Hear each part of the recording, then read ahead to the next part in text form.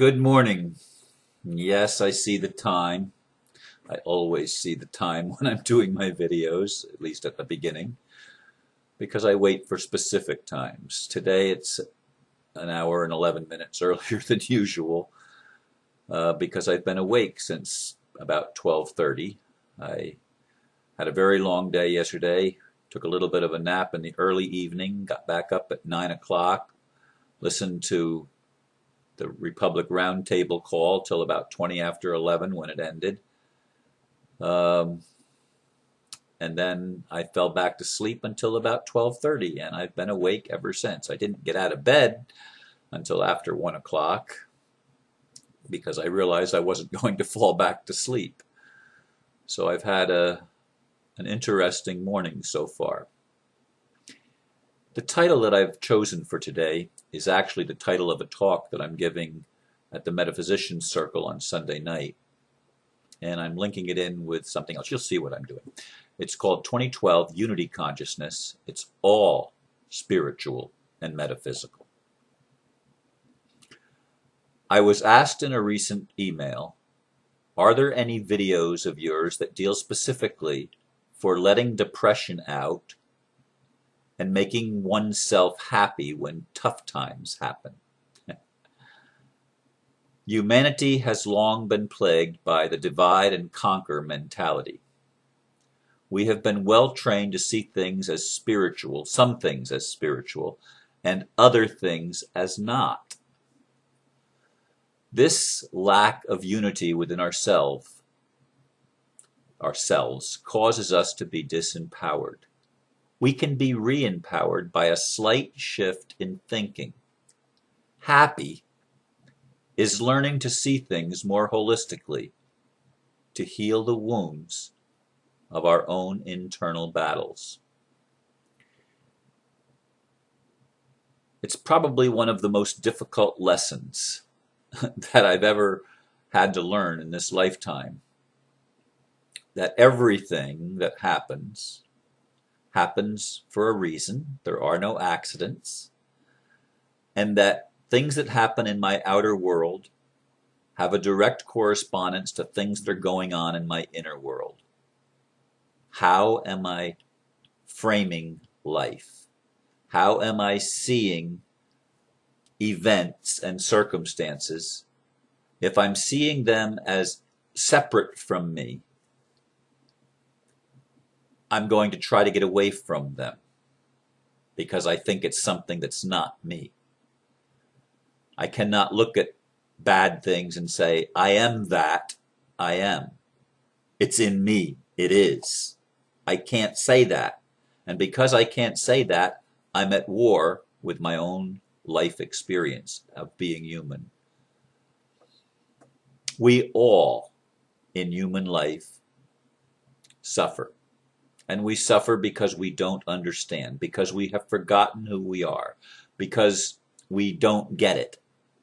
We don't get that everything is interconnected when we live in a physical universe, that things don't appear to be connected at all. Everything does appear to be separate. But that's a perception that's not real, because even our physicists and scientists, especially the quantum physicists, are telling us that everything is connected, and what happens here affects what happens over there. And metaphysicians have been saying that life rearranges itself to match your expectation of reality. Your perception of what is true manifests in the world. It's hard to get to the place of taking full responsibility, because just using those words, full responsibility, means it's my fault. That's how we interpret full responsibility. But what full responsibility really means is the ability to respond instead of reacting to something. Respond from the position of the observer who is watching this train of events occur.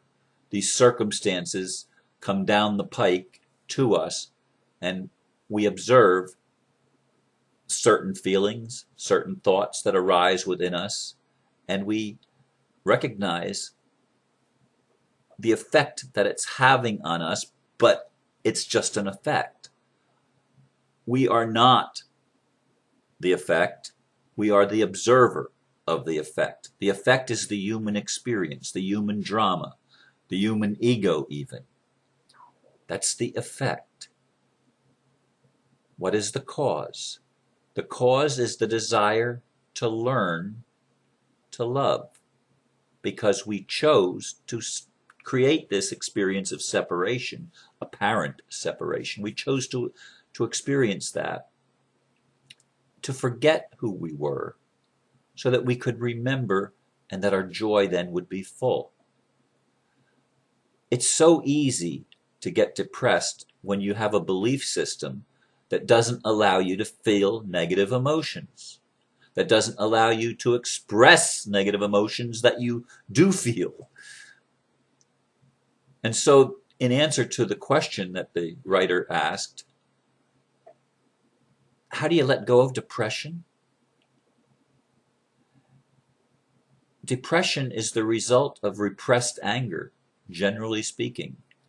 And anger is the result of pain that we've not allowed ourselves to feel, injustice that we've not allowed ourselves to experience fully, so that we could know the depth of our own creative ability to feel something, to know something.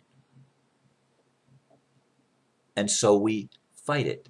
We are trained in our spiritual training or our religious training to fight the negative feelings, to not own them, to not admit that they're true.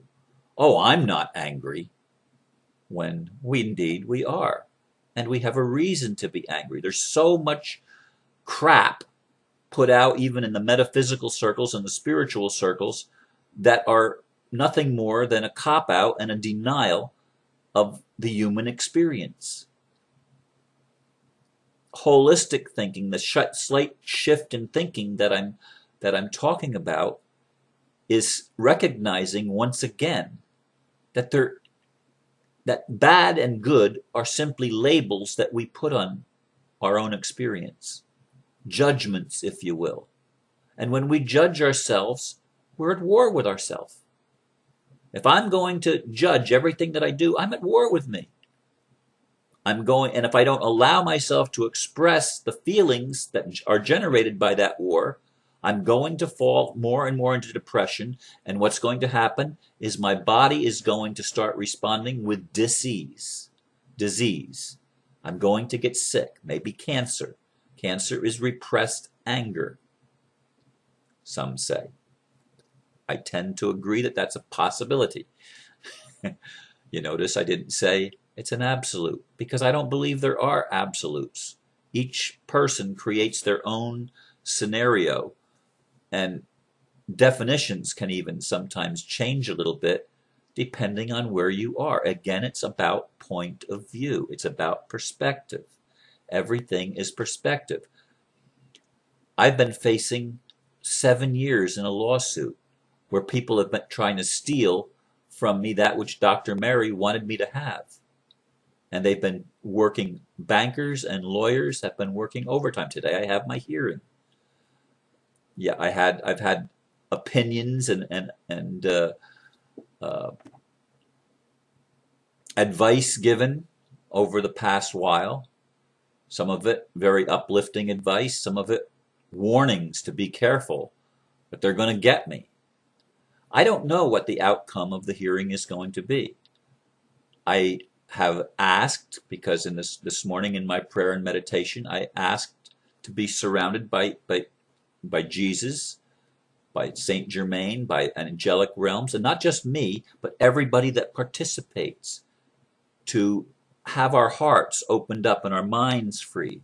I've asked for that, and I'm asking you now to bear me up in prayer, in your thoughts and your good wishes around noontime, quarter to noon, quarter to 12 is when the hearing is scheduled. I'm not sure how it's going to be. I'm wanting certain things. I'm wanting to set a certain stage. I'm not sure I'm going to be able to be in control of that. And I recognize that I'm not going to be in control of what everybody else does. I can only be in control to a point of what I allow to flow through me and how I deal with the emotions that arise in me. And I have to take full responsibility. I have to do my best to stay centered, to not allow myself to get distracted from the core, the essence of who I am, which is love, and yet still stand up for truth, still stand up for justice and demand justice, demand my rights to be heard and honored according to the oath of office of those that are participating. This is the challenge that we all face. We all have things, tough times happen to all of us, and we all face them. What I'm saying is unity consciousness allows it all to happen, and you distance yourself in a way of rising above and looking at the experience as the observer or as your higher self, looking at your human self having the experience, and you recognize a few things that are really, really important. That you can't be separate, number one. That's an illusion, that's a delusion. You can't be separate from your experience. Your experience is your experience, whatever it is. Whether it's the orgasm from making love or the pain from being abused, it's still your experience.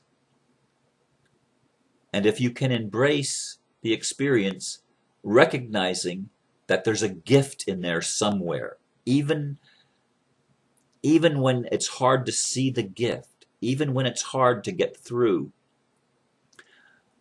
the pain that you're feeling, the anxiety that's present with you, the fear, the anger, the rage, whatever the quote negative emotion is, you're not to be separate from it. It's part of your experience, but you can hold it in a way that can bless you, and you can have a knowing.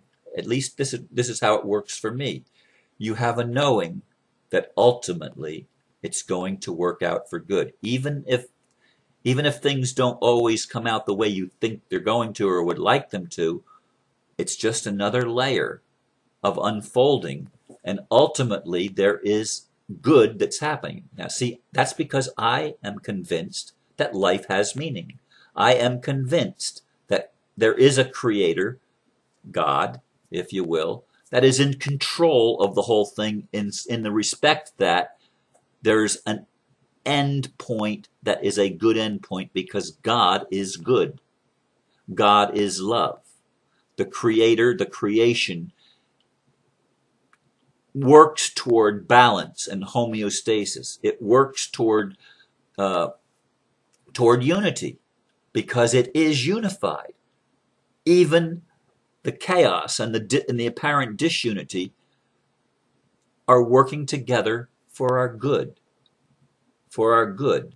And when we can see that, we can rise above these tough times that happen. And it's a real tough time that the world's going through now. We're going through massive changes in our economy, in our religion, in our political systems, in our corporate world. Everything in our world is being exposed for what it is, and all of the angst of people losing a grip on what they thought was reality, it's all coming down here in 2012. Accept that that's the way it is. That's the way it is. And recognize that you have a choice. We all have a choice. How am I going to respond to these things? If we're going to fight ourselves and be at war within ourselves, we're going to feel greater anxiety, and we're going to ultimately, if we don't allow that to be expressed, we're going to feel depressed. Let it go is expressing it. That's what it's about. It's expressing it. giving honest expression to it without violence, but allowing, with love, expressing it, expressing your ego with love. It's not about separation. It's about coming into wholeness. It's about holistic thinking. I hope what I've shared with you this morning is helpful, especially those of you that feel like you don't want to be here anymore, that life is just too hard. And I know there's a lot of you that feel that way, and there's times that I have felt that way. But we're going to get through this, and we're going to do it together. We're going to do it by loving one another, and we're going to do it by telling the truth. Not judging, not separating, not saying, I'm only going to tell the good truth, not the bad truth. No, you're going to tell the truth. The truth is, you feel what you feel. The truth is, your thoughts are what they are. Tell the truth. Tell the truth of what you're going through. To yourself, to those that are willing to listen and to be intimate with you. But tell the truth. Truth sets you free. And you won't be staying in depression when you learn to live in truth and in love. I leave you with these thoughts this morning, and once again, I'm grateful that you're listening. Namaste.